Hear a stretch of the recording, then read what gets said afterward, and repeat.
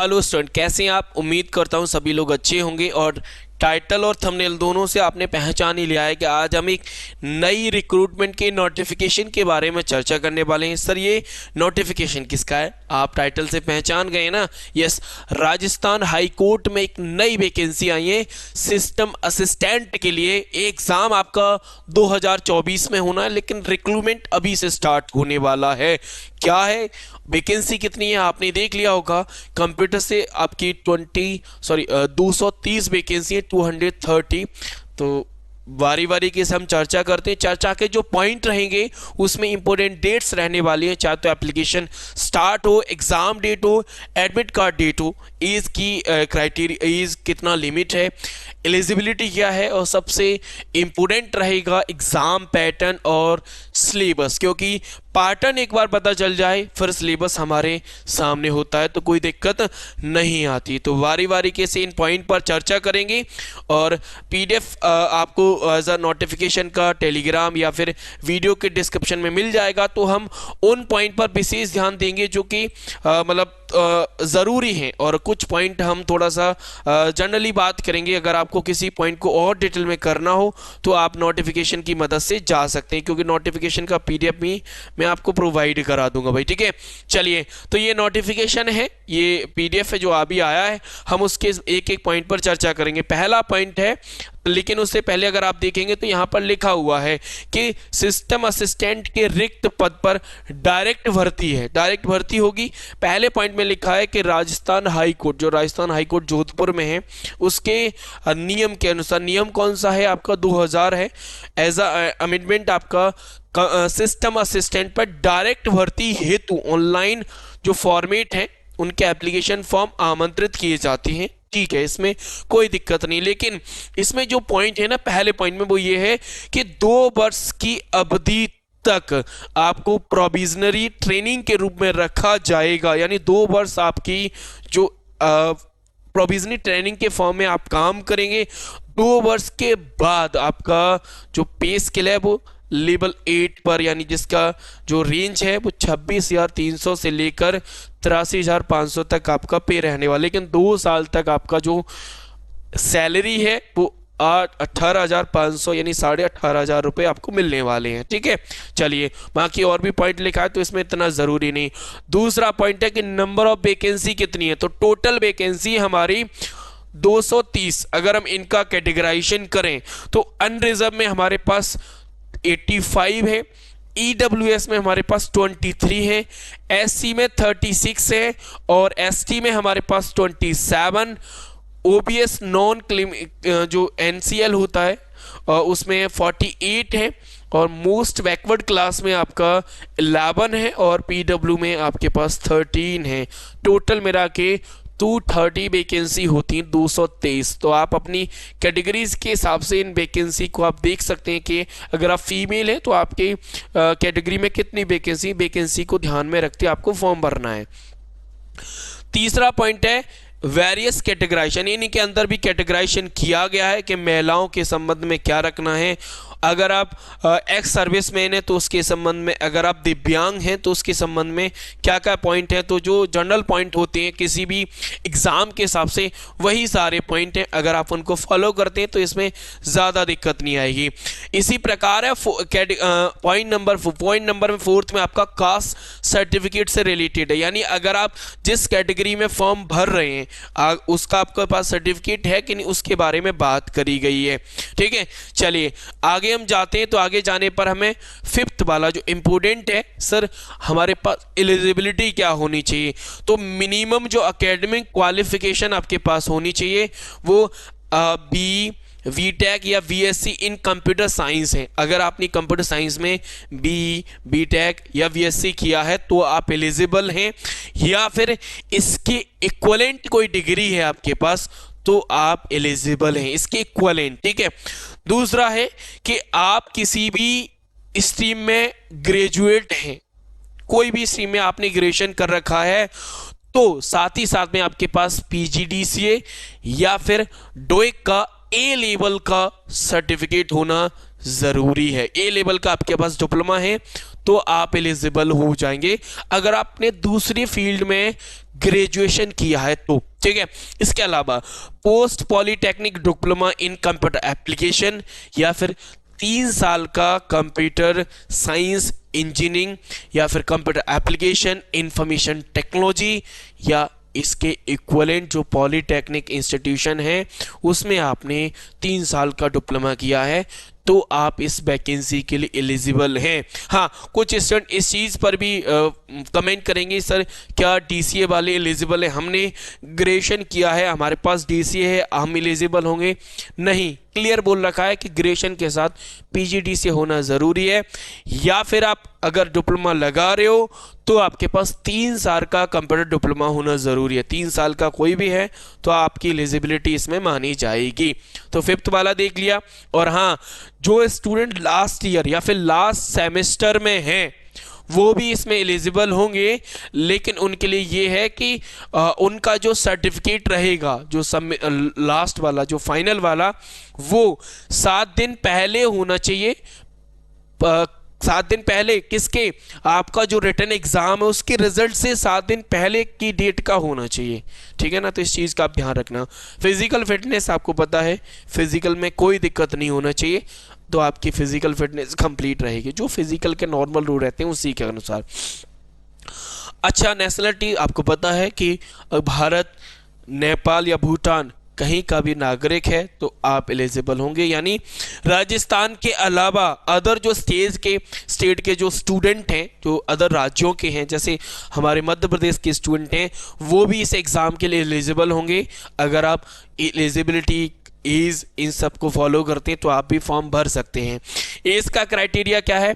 Sir 18 साल minimum है और 40 साल मैक्सिमम है। तो 18 से 40 के बीच में आप मेरा चैनल देखते हैं तो आपकी एवरेज एज यही है, तो आप एलिजिबल हैं। अगर आपकी एलिजिबिलिटी क्वालिफिकेशन में वेरी करती है तो, ठीक है। चलिए, तो बाकी पॉइंट में जो एनसीसी वगैरह में जो रिजर्वेशन मिलता है एज का, वो फॉलो होना चाहिए। पॉइंट नंबर 9 है कैरेक्टर सर्टिफिकेट। भाई 2 कैरेक्टर सर्टिफिकेट इसमें मांगे जा रहे हैं। पहला सर्टिफिकेट आपने जो लास्ट एकेडमिक, आपने जो लास्ट एजुकेशन की है, चाहे तो आपने ग्रेजुएशन किया और डिप्लोमा किया हो, वहाँ से जो प्रिंसिपल हैं या फिर जो एकेडमिक डायरेक्टर हैं उनके थ्रू एक सर्टिफिकेट चाहिए आपका, कैरेक्टर सर्टिफिकेट। दूसरा, आप जैसे थाने वाला अब लगा सकते हैं, लेकिन ये है कि 6 महीने पुराना नहीं होना चाहिए, लेटेस्ट होना चाहिए ये दूसरा वाला सर्टिफिकेट, ठीक है, चल जाएगा। आगे है पॉइंट नंबर 10 की अगर हम बात करें, एग्जामिनेशन जो फ़ी है, आपको पता है कि जो जनरल की फ़ी है वो 750 है। अगर आप ओबीसी में हैं तो आपके पास 600, और एसटी एससी हैं, नहीं सॉरी, राजस्थान में ओबीसी आ जाएंगे, देखो सामान्य, अन्य पिछड़ा, ठीक है, अंतिम, ये आ जाएंगे ओबीसी वर्ग वाले, अंतिम ये वाले, ठीक है। और एसटी एससी आपको पता है कि 450 रुपये, तो ये भी जनरल है। 11 पॉइंट है कि फ़ी रिफंडेबल नहीं है। आप सोचिए कि फ़ी रिफंड हो जाए, तो ऐसा नहीं है, सोच समझ के भरिएगा, तो फ़ी रिफंड नहीं होती है।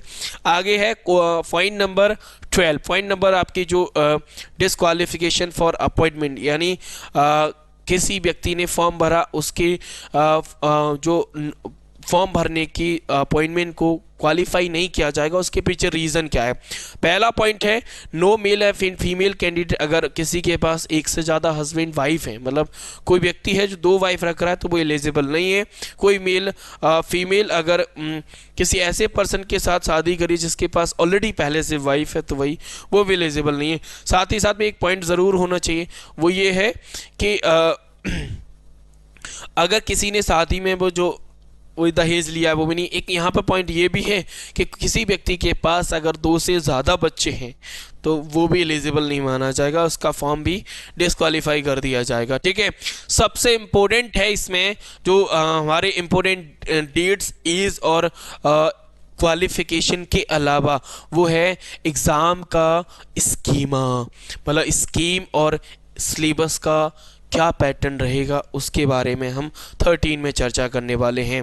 क्या लिखा है कि सिलेबस, तो अगर मैं एग्ज़ाम पैटर्न की बात करूं तो 3 स्टेज में आपका एग्ज़ाम होने वाला है। पहला जिसमें रिटन टेस्ट होगा, दूसरे में प्रैक्टिकल एंड टाइपिंग टेस्ट होगा, तीसरे में आपके पास इंटरव्यू है। यहाँ पर हम बता देते हैं, पहला सेक्शन है जिसमें रिटन टेस्ट है 100 नंबर का होगा। अगर हम दूसरे सेक्शन में जाएं तो दूसरा सेक्शन हमारा होने वाला है written test on a computer. आपका जो फर्स्ट रिटन टेस्ट होगा वो OMR सीट पर होने वाला है और सेकंड में जो टेस्ट होगा वो कंप्यूटर पर होने वाला है, ठीक है। थर्ड में जो सेक्शन है, थर्ड सेक्शन में इंटरव्यू जो कि 20 नंबर का होगा। तो ये मार्क्स वाला भी आप रखना, क्योंकि कितने में आप कितना मार्क्स का रखा है। तो फर्स्ट सेक्शन 100 का, दूसरा हमारे पास 80 का, तीसरा 20 का हो जाता है। अब हम क्या करते हैं, इन सेक्शन के अंदर डिटेल क्या है। जैसे अगर मैं फर्स्ट सेक्शन की बात करूं तो फर्स्ट सेक्शन को इन्होंने 100 मार्क्स कर रखा है, जिसमें 100 मल्टीपल चॉइस क्वेश्चंस आएंगे। पर क्वेश्चन को 100 नंबर दिया जाएगा, पर क्वेश्चन को 100 नंबर दिया जाएगा। और जो पहले रिटन टेस्ट को 2 पार्ट में डिवाइड किया गया है। पहला पार्ट जिसमें कंप्यूटर नॉलेज को इंक्लूड किया गया है, दूसरा पार्ट जिसमें जनरल नॉलेज और हमारा इंग्लिश रहेगा, ठीक है। अगर हम कंप्यूटर नॉलेज की बात करें तो मैक्सिमम मार्क्स 80 रहेंगे, यानी 80 क्वेश्चन आएंगे जिनके 80 नंबर मिलने वाले हैं, और इंग्लिश और जनरल नॉलेज को मिला के 20 नंबर का रहेगा।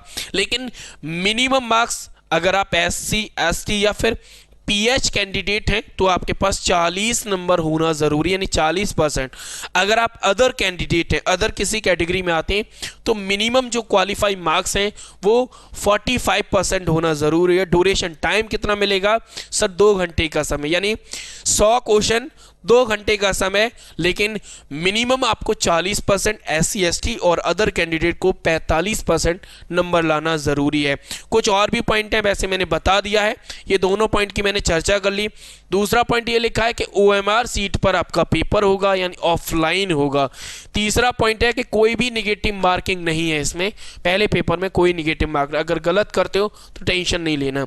चौथा है marks obtained in written task shall be count the final process selection, यानी जो पहले टेस्ट रिटन टेस्ट के जो नंबर होंगे वो फाइनल सिलेक्शन में काउंट होंगे। इस चीज़ का आपको ध्यान रखते हुए जाना, यानी ये जो रिटन टेस्ट के नंबर रहेंगे ये प्री क्वालिफाई तो है ही, मतलब आपको दूसरी स्टेज में तो ले ही जाएगा, लेकिन आपको इतना स्कोर करना है कि इसका एडवांटेज आपको फाइनल सिलेक्शन में भी मिलेगा। तो ऐसा नहीं होता कि पहले स्टेज के नंबर पहले में ही जुड़ेंगे, दूसरे में नहीं जुड़ेंगे। दूसरे देखो, दूसरे के लिए आप एलिजिबल तो हो ही रहे हो, लेकिन फाइनल सिलेक्शन भी इसी से, मतलब इनसे ही बनेगा, तो ध्यान रखना है आपको, ठीक है। अगर हम पहले रिटन टास्क के डिटेल सिलेबस की बात करें तो इसमें फर्स्ट पार्ट कंप्यूटर है, तो कंप्यूटर की टोटल 8 यूनिट है। इसमें कितनी है एक बार देख लेता हूं मैं, ई है 5 6 7, टोटल इन्होंने 7 यूनिट में कंप्यूटर को डिवाइड किया है। वो कौन सी यूनिट है, चलिए पहली यूनिट है हमारी ओवरव्यू ऑफ कंप्यूटर, यानी जनरल कंप्यूटर के बारे में, जिसमें कंप्यूटर का फंडामेंटल, कंप्यूटर के hardware, software, peripheral, input, memory, software, ये सारे टर्म रहने वाले हैं। अगर हम दूसरी यूनिट की बात करें तो दूसरा यूनिट है डेटा रिप्रेजेंटेशन। डेटा रिप्रेजेंटेशन में हमारे नंबर सिस्टम रहेगा, बाइनरी हो, डेसिमल हो, ऑक्टल हो, हेक्सा हो, हमारे बाकी जो यूनिकोड होते हैं, बाकी जो कोड रिप्रेजेंटेशन होते हैं, वो बाकी जो नंबर सिस्टम हम एडिशन करते हैं, सब्ट्रैक्शन करते हैं, ओवरफ्लो करते हैं, ये सारे रिप्रेजेंटेशन हमारे डेटा में रहने वाला है। तीसरा यूनिट है ऑपरेटिंग सिस्टम के बारे में, जिसमें हमारे बेसिक टर्म रहेंगे ऑपरेटिंग सिस्टम से रिलेटेड, और हमारे लैपटॉप पीसी से में कौन कौन से ऑपरेटिंग सिस्टम होते हैं इनके बारे में रहेगा। और हमारे विंडोज को डिटेल पूछा जाएगा, विंडोज के बारे में पूछा जाएगा कि विंडोज में हम कैसे काम करते हैं, जनरल सारे पॉइंट रहेंगे। विंडोज के अलावा जो ऑपरेटिंग सिस्टम रखा है वो डॉस है और लाइनेक्स है, यानी 3 ऑपरेटिंग सिस्टम की बात होगी हमारे इस सिलेबस में। चौथे पॉइंट की बात करें तो डेटा प्रोसेसिंग है। डेटा प्रोसेसिंग में आपका MS Word, Excel, PowerPoint और MS एक्सेस को रखा है। है। वही अगर हम 5th यूनिट की बात करें तो 5th यूनिट में data communication and network technology है, मतलब नेटवर्क और इंटरनेट को यहाँ पर रखा है 5th नंबर की यूनिट में। अगर हम बात करें 6 नंबर की यूनिट जिसमें IoT यानी internet of things and web designing की बात हो रही, जिसमें email, messaging, voice mail, ecommerce, हमारे जो सर्च इंजन्स के टर्म होते हैं, HTML है, HTML, CSS, जावास्क्रिप्ट जो वेब डिजाइनिंग में यूज होते हैं, उनके बारे में बात होगी। लास्ट है प्रोग्रामिंग एंड प्रॉब्लम सॉल्विंग, जिसमें हमारा प्रिंसिपल और टेक्निक रहती है प्रोग्रामिंग से रिलेटेड, जिसमें सी को इंट्रोड्यूस किया जाएगा, उनके conditional statement, loops, array, function, storage classes, pointer, structure, यूनिफाइल प्रोसेस, इन सारे के बारे में बात होगी। साथ ही साथ में C++ एंड जावा के बारे में भी बात होगी, जहां पर हम ऑब्जेक्ट ओरिएंटेड प्रोग्रामिंग को इंट्रोड्यूस करेंगे। तो ये था फर्स्ट पार्ट का डिटेल जो कि मैंने आपको बताया। अगर हम सेकंड पार्ट में जाएं जो कि जनरल नॉलेज और इंग्लिश का है, जनरल नॉलेज में हमारा current affairs, geographic and natural resources, साथ ही साथ में राजस्थान का कल्चर एंड हिस्ट्री के बारे में पॉइंट रहेंगे। और इंग्लिश में हमारे पास sentence, voice, narration, sentence formation, transformation, articles, और हमारे पास subject, verb, agreement, antonyms, synonyms, one word, prefix, suffix and idiom phrases, ये इंग्लिश का सिलेबस है। तो उम्मीद है कि इसमें ज़्यादा जो वेटेज है ना वो कंप्यूटर का है। क्यों? ये आपको सेकंड स्टेज में भी समझ में आएगा। यानी जब हम सेक्शन नंबर बी की बात करें जो कि 80 मार्क्स का है, यहाँ पर पॉइंट लिखा है कि अगर आप, ये मैंने आपको ऑलरेडी बता दिया था कि मिनिमम आपको 40%, अगर आप SC ST या फिर PH से हैं तो आपको 40% चाहिए, अदर कैंडिडेट है तो मिनिमम 45 नंबर होना जरूरी है। लेकिन अब जरूरी नहीं कि जिनके सबके 45 हो तो सबको कलेक्ट किया जाएगा, नहीं। इसमें क्या होगा कि जो नंबर ऑफ वैकेंसी उनके 5 टाइम्स कैंडिडेट को सेकंड स्टेज के लिए, सेकंड सिलेक्शन, जो सेकंड रिटर्न हमारा होगा ना सेकंड सेक्शन में, यानी रिटर्न टेस्ट ऑन 2, उस पर मतलब क्या किया जाएगा, बोला जाए सेलेक्ट किया जाएगा। लेकिन एक पॉइंट यहां पर भी लिखा है कि अगर सेम परसेंटेज ऑफ मार्क्स अगर किसी स्टूडेंट के होते हैं, जैसे 70 नंबर एलिजिबल है, 70 नंबर तक हमारी मेरिट में अगर हमने सेलेक्ट किया तो 85 से लेकर 70 नंबर तक स्टूडेंट जो भी आएंगे वो इसके लिए एलिजिबल हैं। तो अगर इसमें जितने भी कैंडिडेट होंगे, अगर 70,000 स्टूडेंट के तो वो 1000 ही एलिजिबल होंगे। ऐसा नहीं है कि बाकी 85 से लेकर जितने भी आते हैं वही होंगे। अगर क्राइटेरिया 70 तक रखा है तो फिर 70 पे जितने भी स्टूडेंट होंगे सबको एलिजिबल किया जाएगा। तो ऐसा मत समझना, आपको ज़्यादा से ज़्यादा परसेंटेज एक्वायर करना है, ठीक है। चलिए अब हम बात करते हैं सेक्शन टाइप 2 में, मतलब अगर हम सेकेंड टाइप 2 में जाएँ जहाँ पर रिटन टेस्ट कंप्यूटर पर होगा, उसको 2 पेपर में डिवाइड किया गया है। पहला पेपर इसमें स्पीड टेस्ट होगा यानी टाइपिंग टेस्ट होगा, दूसरा है कंप्यूटर पर आपका एफिशिएंसी टेस्ट होगा यानी प्रैक्टिकल होगा, ठीक है। इस चीज़ का आप ध्यान रखना, प्रैक्टिकल होगा तो इसीलिए वो कंप्यूटर पर होगा। टाइपिंग आपकी दोनों है, इंग्लिश है एंड हिंदी है, और इंग्लिश 5 मिनट की, हिंदी भी 5 मिनट की। मैक्सिमम मार्क्स आपके 25-25 है, मिनिमम आपको 20 चाहिए, और अगर आप अदर कैंडिडेट हैं तो 22.5 चाहिए, यानी वही इस क्राइटेरिया जो हमारे फर्स्ट सेक्शन में था। अगर आप सेकंड पेपर की बात करें तो 20 मिनट का प्रैक्टिकल होगा जिसमें 50 नंबर का होगा। 50 नंबर में 20 तो आपको SC ST कैंडिडेट के लिए पासिंग है और अदर कैंडिडेट के लिए वही 45 नंबर हैं। तो अगर यहाँ पर आप देखेंगे ना, मुझे थोड़ा गड़बड़ लग रहा है। इन्होंने सेकेंड पेपर को 80 नंबर में डिफाइन किया है, लेकिन अगर आप यहाँ पर ध्यान से देखें तो ये टाइपिंग आपका 50 नंबर का हो रहा है और प्रैक्टिकल भी 50 नंबर का हो रहा है, तो ये दोनों 50 के हो रहे हैं। तो थोड़ा सा इसमें मुझे गड़बड़ लग रहा है कि शायद इनको या तो सेक्शन बी को 100 करना चाहिए या फिर इसमें से टाइपिंग या फिर किसी पार्ट में इनको नंबर कम करने होंगे। लेकिन कोई दिक्कत नहीं है, हमें ये ध्यान रखना है कि हमारा जो टाइपिंग है, हमारा जो कंप्यूटर का प्रैक्टिकल है, उसमें मिनिमम हमें 45 नंबर तो पासिंग के लिए चाहिए। लेकिन जितना ज़्यादा स्कोर कर जाओगे उतना ज़्यादा अच्छा है। क्यों? क्योंकि आपके जो नंबर रहेंगे, चाहे तो रिटन टेस्ट फर्स्ट के रहें या रिटन टेस्ट 2 के रहें, ये आपके फाइनल रिजल्ट में इंक्लूड होंगे, इसका आपको ध्यान रखना है। चलिए, कंप्यूटर में जो टाइपिंग होगी, हिंदी के लिए कुर्तीदेव 10 रहेगा और इंग्लिश में कैलिवरी रहने वाला है, तो कोई दिक्कत नहीं है। हाँ, टाइपिंग की स्पीड का मेजरमेंट इन्होंने लिखा है 20/8000 की डिस्प्रेशन आपके पर आवर्स में काउंट किए जाएंगे, तो ये आप कैलकुलेट कर सकते हो। बाकी आपका जो पेपर 2 है, पेपर 2 में आपका जो प्रैक्टिकल के लिए इन्होंने क्या क्या पार्ट रखा है वो भी आप समझ लीजिए। आपके डिफरेंट फॉर्मूलेज जो रहते हैं एक्सेल में, उनका प्रैक्टिकल होगा। फॉर्मेटिंग ऑफ टेस्ट होगा, जिसमें पैराग्राफ, पेज, टेबल्स, इनकी बात होगी। टेबल्स हमारा चाहे तो एक्सेल में हो या फिर वर्ड में हो, सबका इन्होंने काम करवाना है। साथ ही साथ में लेटर्स की फॉर्मेटिंग, ये कुछ टर्म्स हैं जिनके बारे में प्रैक्टिकल आपको करना है। लास्ट होगा सेक्शन नंबर 3, जिसमें पर्सनल इंटरव्यू होगा जो कि 20 नंबर का होगा। और इंटरव्यू में तो आपको पता है जो जैसे अदर एग्जाम के होते हैं वैसे ही इंटरव्यू रखा है, लेकिन 20 नंबर का है। लिखा भी है final result prepare on the total number written test, type written test on computer interview, यानी तीनों सेक्शन को मिलाकर आपका फाइनल मेरिट बनने वाला है। तो पहले में नंबर पासिंग के अलावा बहुत अच्छे नंबर आपको लाने हैं, तभी आप एलिजिबल हो पाओगे। तो ये हमारा एग्जाम पैटर्न और सिलेबस था। अब हम बाकी टर्म्स के बारे में बात करते हैं।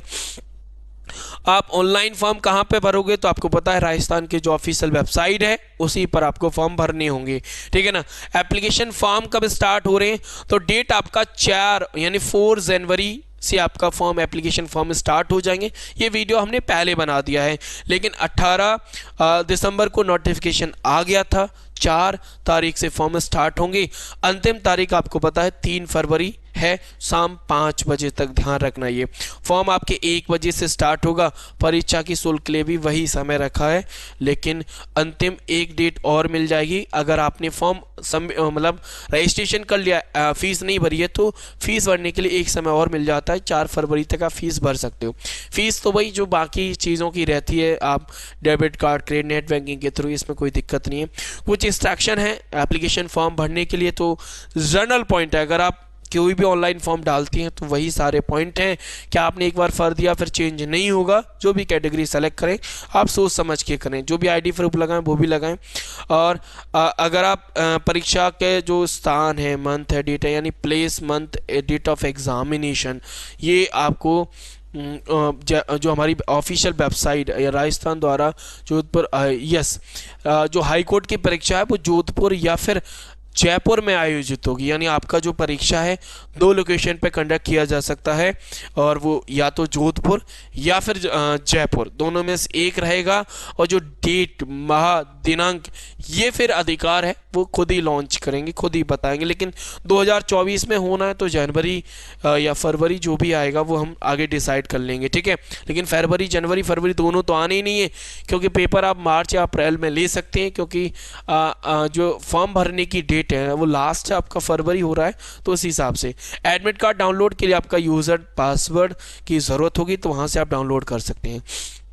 चलिए, और कुछ इंस्ट्रक्शन है, तो और कुछ आई थिंक इंस्ट्रक्शन नहीं है जो ज़रूरी है। हाँ, कोई हेल्पलाइन अगर आपको कांटेक्ट करना है तो वो कर सकते हैं, इनका नंबर भी दिया है। अगर आप वेबसाइट पे जाना चाहते हैं तो ये इनकी वेबसाइट है HCRJ, तो ये ऑफिशियल वेबसाइट है राजस्थान हाई कोर्ट के लिए।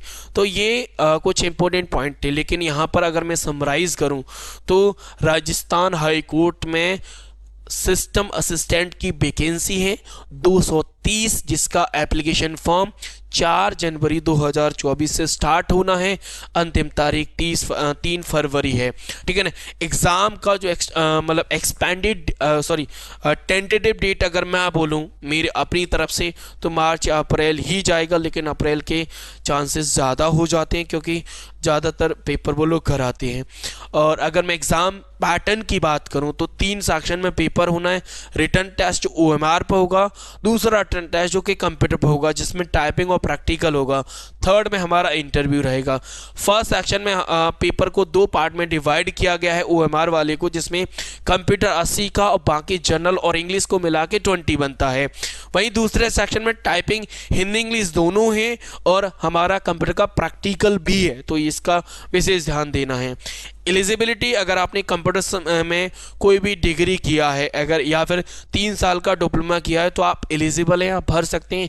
एज का जो रेंज है वो 80 से लेकर 40 है, सॉरी 18 से लेकर 40 तक है, यानी 18 से 40 के एज के बीच में आप फॉर्म भर सकते हैं। थोड़ा सा लंबा वीडियो हो गया, बट क्या करें, सारी चीज़ें जब डिस्कस करते हैं तो इतना लंबा ड्यूरेशन हो जाता है। तो स्पेशल बाकी रही बात BSI एकेडमी की, तो पता है कि ये BSI एकेडमी हम लोग स्पेशल काम करते हैं कंप्यूटर का, तो कंप्यूटर का जो सिलेबस है उस पर हम एक सेपरेट वीडियो में चर्चा करेंगे कि आपको उन पर्टिकुलर जो 7 यूनिट हैं उनमें किस प्रकार से कौन कौन से सोर्स रहेंगे जहां से आपको सिलेबस कंप्लीट कर सकते हैं। बाकी जो 20 नंबर का पार्ट रहेगा जो फर्स्ट सेक्शन में इंग्लिश और GS आप कहाँ से कर सकते हैं उसका भी हम प्रॉपर तरीके से आपको डिटेल बताएंगे नेक्स्ट वीडियो में, ठीक है। तो एप्लीकेशन फॉर्म जैसे स्टार्ट हो जाए आप लोग फॉर्म भर देना। बाकी अगर आपके पॉइंट कुछ डाउट में तो एक बार डिटेल नोटिफिकेशन का जो PDF है उसे मैं टेलीग्राम या फिर वीडियो के डिस्क्रिप्शन में लिंक दे दूंगा, वहां से आप कोई भी पॉइंट में डाउट लगे तो उसे एक बार पढ़ लेना भाई, ठीक है। चलिए, तो इस वीडियो से मैं लेता हूं विदा, मिलूंगा अगली क्लास में, तब तक के लिए थैंक यू, शुक्रिया, राधे राधे।